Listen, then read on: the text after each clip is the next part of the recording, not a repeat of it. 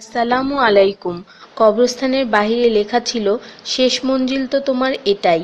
আসতে না আসতেই তো জীবনটা কেটে গেল। কি পেলে তুমি এই দুনিয়া থেকে? কিছুই না। দেখতে দেখতে সবাই তোমাকে ছেড়ে চলে গেল। কবরের ডাক। তুমি কি কখনো আমায় মনে করেছিলে? তাহলে শোনো, আমার মধ্যে গহীন অন্ধকার, নামাজের আলো সাথে নিয়ে এসো।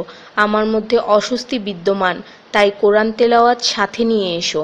আমার মধ্যে আছে বিষাক্ত পোকামাকড়, সাপ বিচ্ছু, তাই সাথে করে রাসূল সাল্লাল্লাহু ও আহলে বাইতের প্রেম নিয়ে এসো। আমার মধ্যে আছে আগুন, তাই খোদাভীতির শীতল পানি নিয়ে এসো। মেসেজটি নিজের মোবাইলে সংরক্ষিত কন্টাক্টের সব মুসলিম ভাই বোনদের সেন্ড করুন। কে জানে, হয়তো কেউ আমল করাতে আপনারও গুনাহ মাফ হয়ে যেতে পারে। ঈমানের পর যার নামাজ উত্তম তার জীবন উত্তম, যার জীবন উত্তম তার মৃত্যু উত্তম, যার মৃত্যু উত্তম তার কবর উত্তম, যার কবর উত্তম তার আখিরাত উত্তম, যার আখিরাত উত্তম তার জন্য জান্নাত নিশ্চিত। সো ডোন্ট মিস নামাজ। সোয়াবের জন্য হলেও অন্ততপক্ষে একজন বন্ধুকে তো অবশ্যই এই মেসেজটি সেন্ড করুন। আল্লাহ আমাদের উপর সন্তুষ্ট হন, আমিন। 5 জায়গায় হাসাহাসি করা সাধারণ গুনার চেয়ে 25 গুণ অন্যায়। 1. কবরস্থানে। 2. জানাজার পিছনে। 3. কোনো মজলিসে। 4. কোরআন তেলাওয়াতের সময়। 5. মসজিদে। শুধু একবার কাউকে পাঠান, অনেক মানুষ এসব গুনাহ করা থেকে বেঁচে যাবে। একা আছেন, আল্লাহকে স্মরণ করুন। কষ্টে আছেন, মুহাম্মদ ও আলে মুহাম্মদের উপর দরুদ পড়ুন। মন খারাপ থাকলে ইয়া হাইয়্যু ইয়া কাইয়্যুমও পড়ুন। টেনশনে থাকলে ইয়া রাহিমও পড়ুন। ফ্রি থাকলে মেসেজটি ফরওয়ার্ড করুন।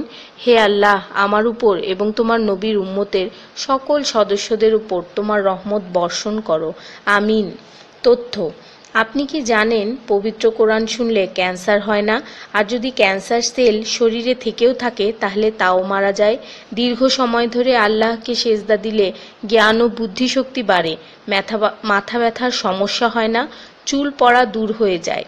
এই মেসেজটি ফরওয়ার্ড করতে শয়তান আপনাকে বাধা দিবে, কিন্তু আপনি এটা হতে দিবেন না। আর সব কন্ট্রাক্ট নাম্বারে সেন্ড করে দিন। কোরআন ও নবীর সুন্নত ও তার সম্মানিত সাহাবী এবং আহলে বাইতের অনুসরণ করুন। ক্যান্সার একটি ভয়ঙ্কর রোগ। অনেক মানুষ আছে যারা নিজেরাই এটাকে দাওয়াত দিয়ে নিয়ে আসে। ছোট অথচ সাধারণ কিছু পদক্ষেপ গ্রহণ করলেই এই রোগ থেকে বাঁচা যায়। বেশিরভাগ মানুষ খাবারের পরপরই পানি পান করে নেয়।